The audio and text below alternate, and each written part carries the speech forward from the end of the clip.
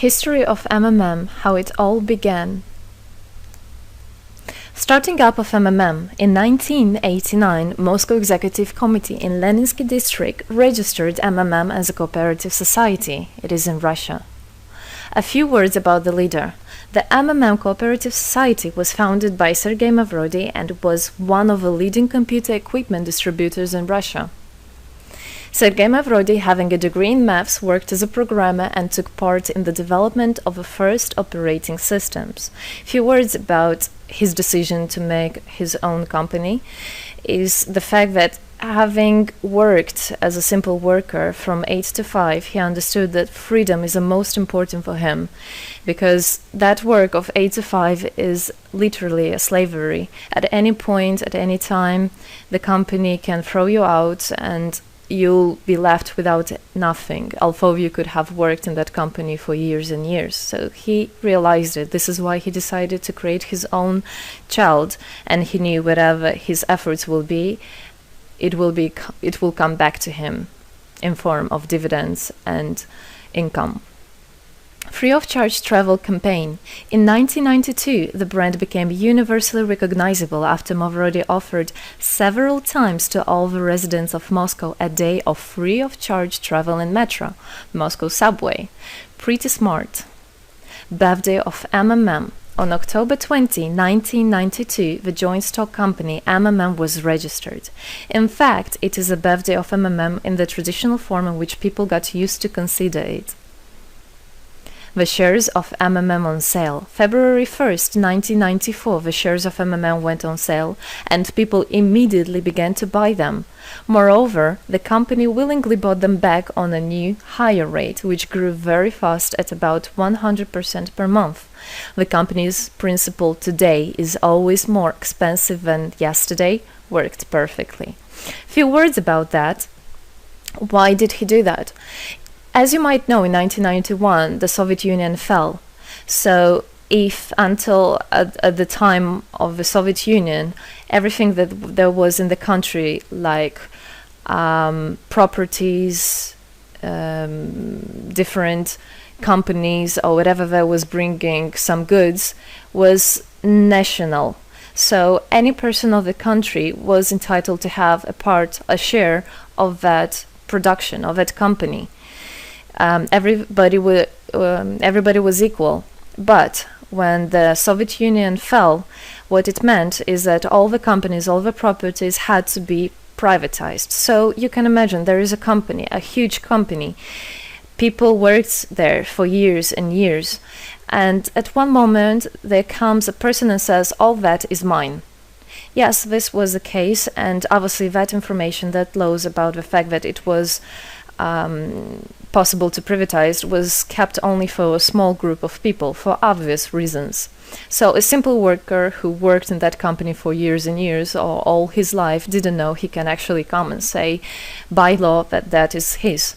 So what genius idea Sergei Mavrodi had is to sell these shares to gather the money of the people, and with this money to buy those companies. So basically, if a person has an MMM share, he would have had an exact share from the company that Sergei Mavrodi bought. For example, a company from oil and gas or something else. Obviously, he knew perfectly which companies are worth it and which companies were not.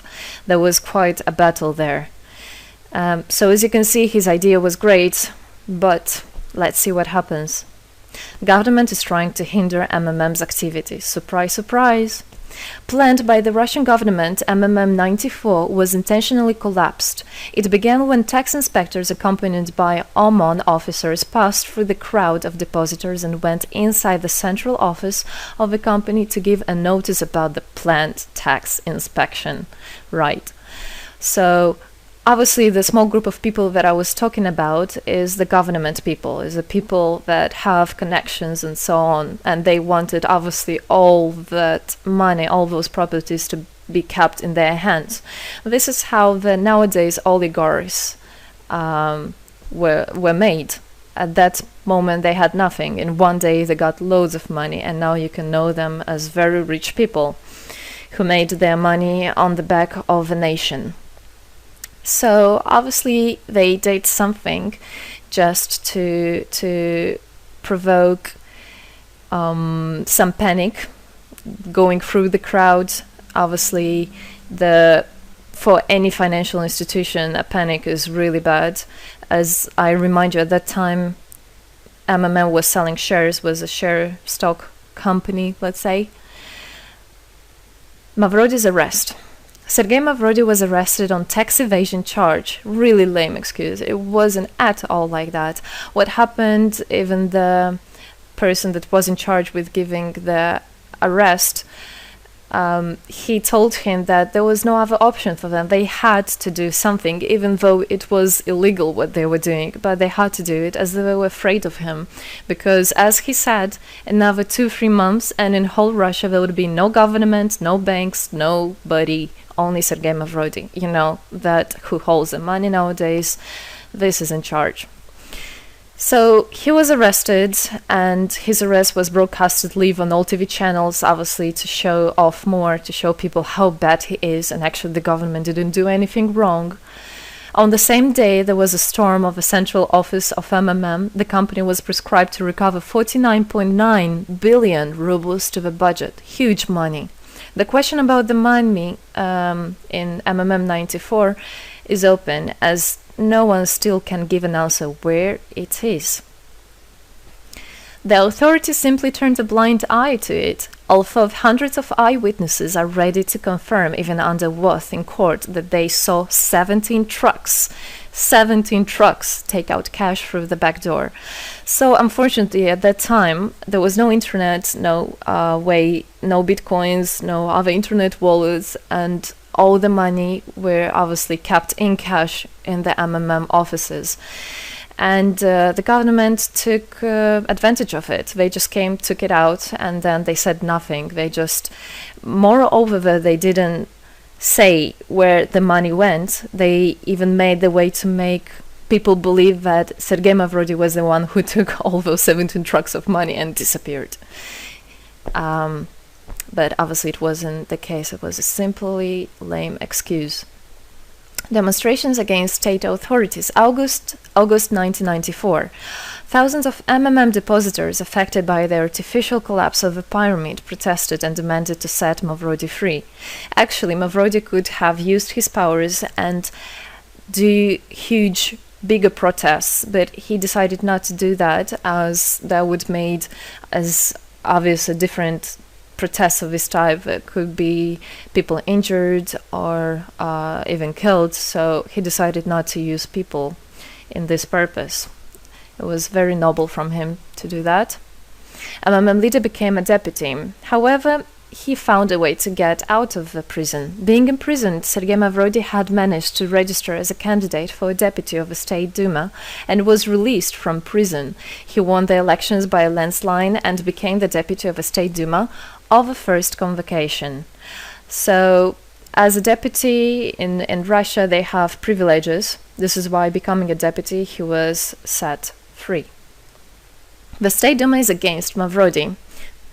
Surprise, surprise! The State Duma deputies deprived Sergei Mavrody of his deputy plenary powers due to his permanent absence at the Duma's meetings. That incident was the only one in New Russia's history. Sergei Mavrody wasn't interested at all in politics. It's not, he hates politics, as he said it many times. So he became a deputy only for the reason to get out of a prison. That's it. He wasn't interested to go to their meetings, as he himself considered as well the people there as being quite silly and not worthy to spend time with. But this was another lame excuse for them to deprive him by saying that he is absent. A candidate for presidency. The Central Election Commission registered the authorized representatives of the initiative group that had nominated Mavrody as a candidate for the president of Russia, but subsequently rejected a significant part of the signatures in the support of a candidate, and his registration was renounced. So, for obvious reasons, they did that again. They weren't interested into having a fair president, a fair leader on top of their head. Revival of MMM, January 2011. Sergei Mavrody renounced launching a new launching a new project of MMM 2011, Together We Change the World. Previously, there were simply no analogues of similar systems in the world. The film about MMM, the launch of the project fell in the same time interval with the release of Russian film about MMM Pyramid, the plot of which is based on the eponymous book in which the history of MMM is disclosed by Sergei Mavrodi. So he wrote a book, and there is a movie which I highly recommend you to watch. You can find it online on YouTube. MMM is building a new, fair financial order. June 2012, the activity of MMM made a lot of banks collapse and a huge outflow of funds from deposit accounts happened. The system numbered more than 35 million members at the time. For obvious reasons, the fight against the system started. It suffered the same fate as MMM 94, eventually collapsed. So what happened? A lot of banks, as I already said, had a huge outflow, and another minus of the system of that time was that it wasn't really quite a community, because the money was still kept by the managers in MMM. So it wasn't the same idea as it is now, comparing it now, where people exchange money between themselves. You don't need to put it in a central account. At that time, there were central accounts, and it was again used by the banks. They simply blocked those accounts that they identified as being of MMM and took all the money away, and that's it. There were no other discussion about that. Again, huge loss of money. People lost a lot of money. Sergei Mavrodi didn't get all of them. It was again the banks that took the advantage of it. MMM 2012 is just the beginning.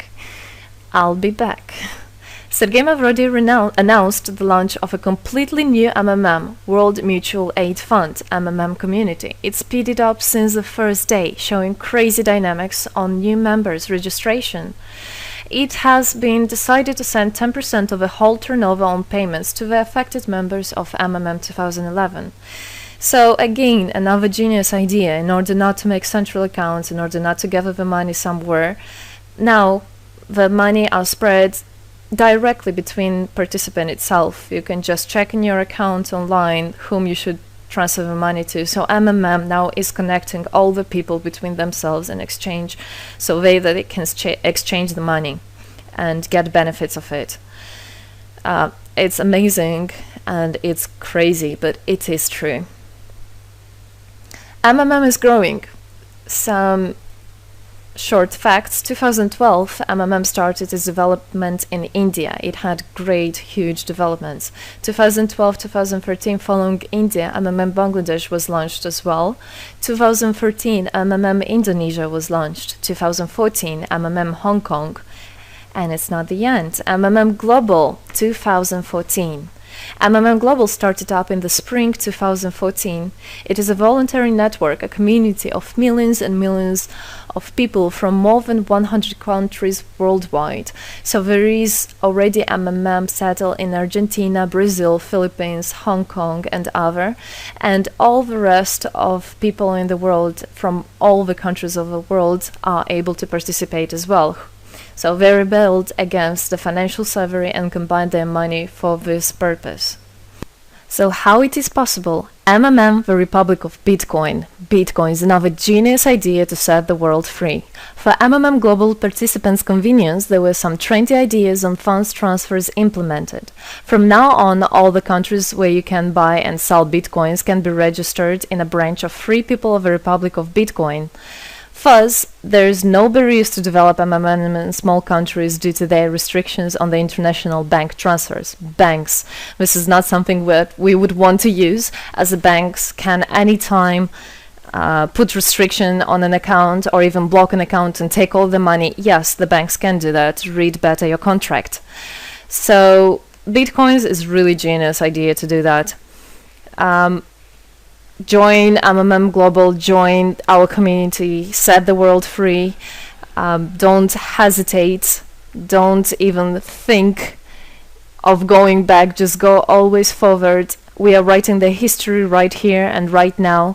We are not going to be any more slaves working from 8 to 5, having pennies for that.